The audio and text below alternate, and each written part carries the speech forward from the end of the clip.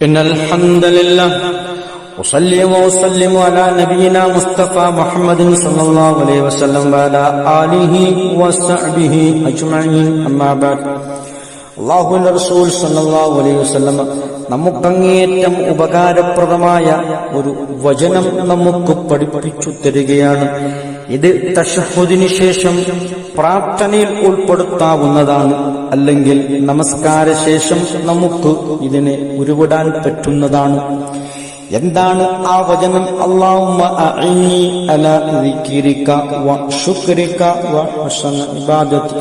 വളരെ ചെറുതാണെന്ന് തോന്നുന്നെങ്കിലും അങ്ങേയറ്റം അർത്ഥഗർഭമായ മനുഷ്യർക്ക് അങ്ങേയറ്റം ജീവിതത്തിൽ ഉപകാരപ്പെടുന്ന ഒരു വചനമാണ് ഇത്. എന്താണ് ഇതിന്റെ അർത്ഥം എന്ന് നോക്കാം.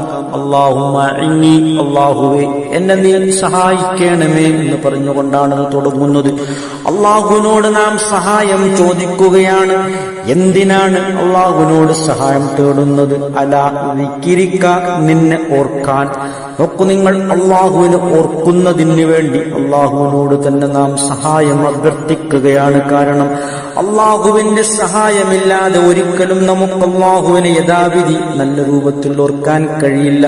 ശേഷം അല്ലാഹുവിന്റെ റസൂൽ നമുക്ക് പഠിപ്പിച്ചു തരികയാണ്, അലാ ശുക്രിക, നിനക്ക് യഥാവിധി നല്ല രൂപത്തിൽ നന്ദി പ്രകടിപ്പിക്കാൻ അല്ലാഹുവേ നീ ഞങ്ങളെ സഹായിക്കണമേ, എന്നെ നീ സഹായിക്കണമേ.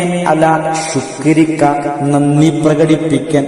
അല്ലാഹുവിന്റെ അപാരമായ പാടുണ്ണിയാൽ ഒടുങ്ങാത്ത നിഅ്മത്തുകൾ അനുഭവിക്കുന്നവരാണ് നാം.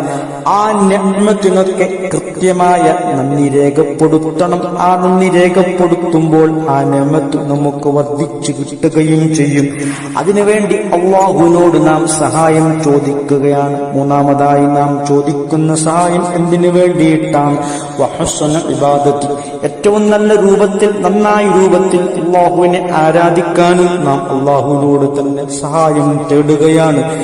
ഈ മൂന്ന് കാര്യത്തിലാണ് നാം അല്ലാഹുവിനോട് സഹായം ചോദിക്കുന്നത്. നോക്കൂ നിങ്ങൾ, എത്ര വിശിഷ്ടമായ വചനങ്ങളാണ് അല്ലാഹുവിന്റെ റസൂൽ നമുക്ക് പഠിപ്പിച്ചു തരുന്നത്. ഇത് ജീവിതത്തിൽ പകർത്തി നല്ലൊരു മുസ്ലിമായി ജീവിച്ചു മരിക്കുന്നവരുടെ കൂട്ടത്തിൽ അല്ലാഹു നമ്മെ ഉൾപ്പെടുത്തി അനുഗ്രഹിക്കുമാറാകട്ടെ. ആഖിറു ദഅ്വാനാ അൽഹംദുലില്ലാഹി റബ്ബിൽ ആലമീൻ.